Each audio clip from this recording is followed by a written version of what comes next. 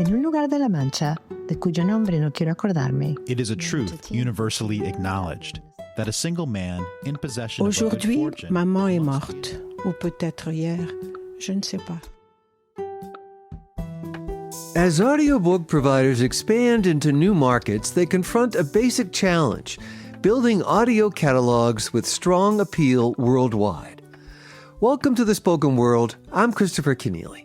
The Spoken World is sponsored by Penguin Random House Audio, the team behind some of the most talked about audiobooks in the industry. At the 2026 Parix Audio Day in Madrid, I asked 3 European publishers and an African-wide platform provider about their global development strategies. They spoke about business models and language investment, battles over rights and licensing, and the role of AI in production, marketing, and distribution. From Paris, Nataly Villena Vega is Head of Editorial at Audiolib, the leading audiobook publisher in France that is a joint venture of Hachette Livre and Albin Michel. From Berlin, Julia Balogh is a business affairs specialist for Parkum Publishing, which launched in 2025. From Copenhagen, Lasse Korsemann Horne is the publishing director of Danish-based Saga Egmont and leads the company's audiobook expansion.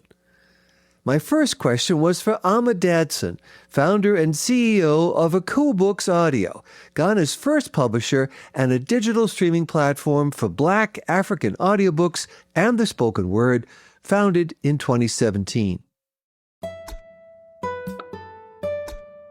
I thought I would go to Amma Dadson first because you've traveled the longest to get here for us, and so in appreciation of that, I want to open the conversation with you. You're drawing on Africa's long and very strong oral storytelling tradition to ensure that African stories are heard in African voices and languages and dialects. Briefly, tell us about that effort and why it's important to you personally. Thank you very much, Chris, and thank you, everyone. It's a pleasure for me to be in Madrid. And yes, I've come all the way from Accra, which to me is a way symbolic of the distance that we have to close between African and the global audiobook world, also between African's oral tradition and the written word, and also between African stories that exist but need to be heard. So for us, our mission is simple. We believe that African voices need to be heard, and that means our African languages, dialects, accents, they need to be heard. I think when we look at the African audiobook market, it's not a simple one. It's 3 main overlapping markets. We have the African mass market listeners on the continent who want to hear the stories in their own languages and by narrators and voices they're familiar with. We have the African diaspora who are looking for stories that connect them with home and stories that bring back, memories of home. And then we have the international audience that is looking for new stories from new places. So it's not about just distribution, it's about how do we create a listening culture across those borders. Acquiring rights for African audio is a little bit complex. For many, the reality in the African publishing scene is that African audiobook rights were not part of the contracts. They are new. So we find that it's not just simply doing the legal paperwork. It's building trust, helping publishers to understand what role audio can play in the publishing ecosystem. And once we show them that quality productions and contracts that are fair, in many parts of Africa, a lot of publishers have had experiences with what they consider being exploited by international publishers. And so audio is another format that they're a little bit nervous about, but we're always talking about how do we build trust as well as developing. And then I think finally for us, AI is a big topic also. We use AI mainly in our production workflow, helping to do the translations and the processes. But for Africans, we are also working with 11 labs. I was very interested to hear George's presentation earlier. Many African languages, voices, tones, dialects are underrepresented in AI models. So there's a lot of work to be done to build African representation. It's very, very difficult to get an Afrocentric catalog from the voices that exist, but we are doing a lot of interesting things in trying to build those voices. But for us, narration is not just sound, and I think Barbara, alluded to that. Narration is about meaning as well. Right. I want to pick up on that point, and the point, as you say, that Barbara Canabra was referring to, which is the relationship that people have with their audiobooks. And talk about the relationship that you have with your different audiences, because there must be a real challenge to satisfy all of them. It is. Very different needs. The mass market on the continent often has sort of lower economic buying power, so the pricing sensitivity and whether they even have access to internet and being able to listen offline is a big thing. The African diaspora, as I said, is looking for voices and stories from home, often in their own languages. And then the international audience is now discovering Africa. And so we are looking at how do we position Africa as part of the big global audio catalog as well. Yeah, briefly, can you tell us a couple of titles that have been successful across those different audiences? I think there are many stories. There's a lovely story by a Cameroonian author called Mbolo Mbue. It's an immigration story and about a Cameroonian couple who move over to America and their life there. And it was actually produced in America with an American narrator of an immigrant, beautifully told. What's that story called? Behold the Dreamer. That's the name of that story. Wonderful, wonderful story. Stories for children with music and expressing the way we Africans tell stories, which is often very dramatic and often involves music. They translate also. Sounds lovely. Yeah. Well, let's hop over to Paris and Nataly Villena Vega. Welcome again. And Amma has talked about how she is using AI tools to develop African voices and to expand her catalog of African voices. In France at Audiolib, what kind of work are you using, or in what ways are you using AI tools? Hi, Christopher. Hi, everyone. Thank you. Yes, we do use IA in our production as a support. And IA, we should say, en français, c'est intelligence. So IA, AI, yes. In French. You say IA, I say AI. Exactly. So we do use it in production as a support tool. We use it in studios. In studios, it is very helpful. It helps us to go faster, to be more efficient, to make some economies, to produce more. We use it for quality control, for real-time verification, for certain mismatched words, too long silences, these kind of things, repetitive mistakes. We also do use it to improve our metadata. We also use it to find keywords, things like that. But all of the creative work, which is editorial choices, which are editorial choices, the narration, the castings, the pre-production work, and even the marketing campaigns are all human-made.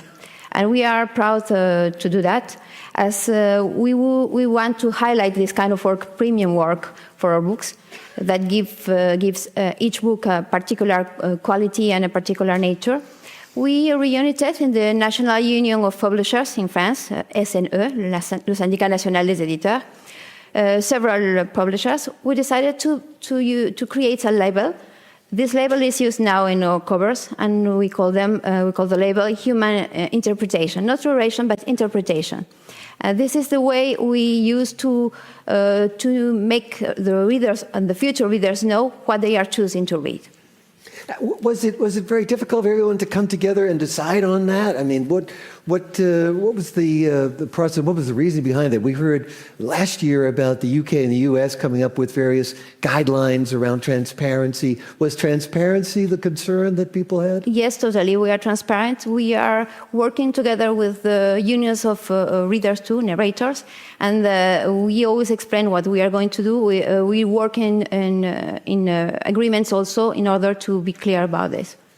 All right, and so obviously you're quite busy in France with the French marketplace, but talk about your global ambitions. What's happening for Audiolib on the global scale? Well, Hachette is an international group, as we all know.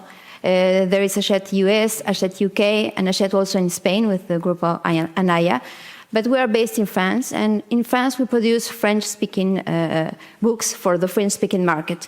So the French-speaking market is not only in our country, but overseas. We have Belgium, Switzerland, Quebec, and we distribute everywhere. That said, our main sales are made in France. It revolves around 90%. What is happening right now in France is that we are watching this market growing. The growth is quite spectacular. I would say that we are a teenager market right now, growing fast. It revolves around 15% to 20%, and we are happy with that. We don't know when we'll stop, but by now we are working on that. In a more concrete way, our production also is growing. Last year we have produced 280 books, and the next year we will produce 350, so you can see concretely how we also grow. And there is another specificity of the French market, or French-speaking market, is that we have two models coexisting. We have the token model that we have already used to know, and we have also the time credit one. The time credit one appeared 3 years ago, and 2 years ago there was a major actor who came to the market, Spotify, with their own public, and we were really curious to know what would happen. And we have discovered 2 years later that there is a whole new population of readers with another kind of behavior. We have seen these readers read shorter stories. They don't consider podcasts as a competition anymore. That was the case before. They are more female readers, a wider range of age. And that's a surprise, and we are really happy of this spectacular growth. The Spoken World returns with more from Parix Audio Day in Madrid in a moment. The Spoken World is sponsored by Penguin Random House Audio, the team behind some of the most talked about audiobooks in the industry. From standout fiction to culture-shaping nonfiction, they collaborate with top authors and world-class narrators to create audio that connects deeply with listeners and brings powerful stories to life. To meet the award-winning team and learn how to partner with them, visit penguinrandomhouseaudio.com. The Spoken World returns now to a Parix Audio Day panel discussion on creating a global audio catalog. German audiobook publisher Parkum launched just a year ago. Julia Balogh told me about the advantages and the challenges for a startup. So there are many pros and cons to be a startup, I would say. And let's start with our ambitions. We are a boutique publishing house who focus on a selected group of high-quality authors, among them also best-selling authors such as Sebastian Fitzek and Michael Ende. And at the same time, we want to offer a wide range of genre. We have now romantasy, fiction, fantasy for all ages, also thrillers and non-fiction part.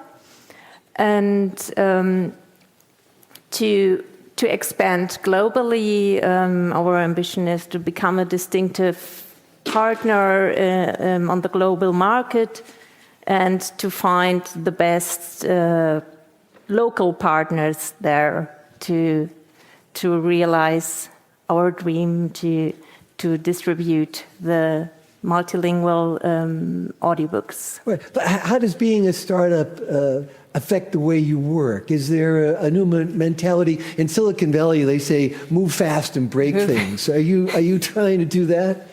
So first the positive points are you're small, you can act quickly, and you have a small line to the authors. For example, you can react on global events like we did 1 year ago, or my colleagues did 1 year ago. When they started in April, and the Pope Francis suddenly died, they realized and published in 2 days a podcast with a Vatican specialist, Andreas English, who has been working or writing about the Vatican and has a very close connection to the Vatican since 30 years, and interviewed. The second host was Heike Kleen, a journalist and sex columnist at The Spiegel, and this has become a big success. And we had this daily podcast, for example, without bureaucratic boundaries. And this is, for example, a good example how we could react very quickly on this. But it's interesting to me that while startups tend to leverage technology any way they can, Parkum Publishing has a special approach to AI. Tell us about that. So speaking about this podcast, for example, so generally speaking, we are not against AI, but in terms of narrating audiobooks and audio dramas, we strongly believe that the human voice is the most important medium we have to deliver for our audience. However, talking about this podcast, we had the experience. We really wanted to have a bigger reach, to reach the audience in Spanish and in English, and this was an example of try and error of a startup company, and unfortunately it didn't work in the end. It didn't match our quality expectations. Suddenly Andreas English sounded Indian, and Heike Kleen spoke in a Scottish accent, so it didn't match. So, and we couldn't realize this in such a short time because it had to be up to date during the conclave, and now we are working on it. In this aspect, we are not against AI. Well, Lasse Korsemann Horne with Saga Egmont in Copenhagen, that's an experience that I think you can relate to. We were chatting earlier about the use of AI, and Nataly has already spoken how Audiolib is using AI to assist with data and metadata and so forth. And you trust AI in that area of your business, but not in other parts. Tell us about that. Yeah, well, just as you do, we use AI to make quality assurances, to prepare for narrations, because it can scan and see, okay, this might be a strange word, practice the pronunciation on that word. But getting the AI to produce an audio is simply too tiresome and expensive a task right now, because you need to edit the AI narration so much and so long that it is cheaper to get a person into the studio and narrate it. And then we still don't know what it is that the users really want. Because what the voice also does, it's not only transporting information from the book, it's also transporting feelings. And I guess this is where the reader really connects with the audio. That's the emotional part. I don't know if the machine can translate that yet, and even if it can so, it kind of feels like a real fake experience, but let's see. Well, we've heard about artificial intelligence. You're talking about emotional intelligence. That's interesting. But the AI voice creation, it hallucinates in a similar way to hallucination in text. Yeah, and that's also, I think we also heard the example early on from 2016. You have a text and you have some various names. Sometimes they're pronounced in French and then in Icelandic. And then, it jumps all over and you never really know what to check. So we are doing our tests. We also have released full AI narrated audiobooks for a test to see how the consumers, how the readers are reacting to these AI publications. Okay, and Saga Egmont is a digital-first publisher. You've got a strong audiobook platform across many markets in Europe. Talk about what unites your efforts to do business in the Nordic countries, in France, in Spain, and Germany, and what's so special about Polish? Well, what unites is quite simple and has already been said here. It is producing local content from local talent with local narration talent. So that is basically quite simple. And then, of course, distributing it all over. What's special about the Polish is that there's such a big part of the Polish population that is living abroad. So it's actually funny to see that a big part of our Polish sales happen in the US and in the UK. So we have this mantra of all titles out everywhere, always, and this is the only way that we really reach everyone globally. And so if you publish a Polish title, you'll sell it in the US, you'll sell it everywhere.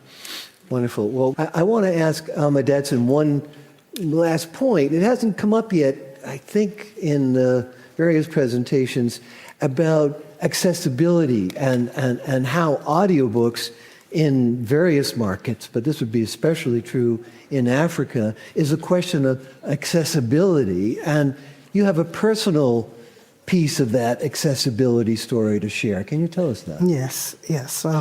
My venture actually into audiobooks is a personal story. My mother is a writer, and she lost her sight about 20 years ago. And so audiobooks became her life and lifeline to books. And it was in, getting her those books and, over the years, the development in technology. It was books on tape, then, of course, DVD, then it was iPods and all of that, Walkmans and all that. Now we have streaming audio at home. It was finding out that African audiobooks were not part of the catalog, and that's actually how I got into the business. And so for me, I think it's not just a format. Audio is not just a format. It's about what stories get heard, and in what languages. And so I think it's really, really important that audio now becomes a medium that people can hear stories, maybe for the first time in their own languages. People with disabilities, but also illiterate people who may not be able to read and write in English or one language.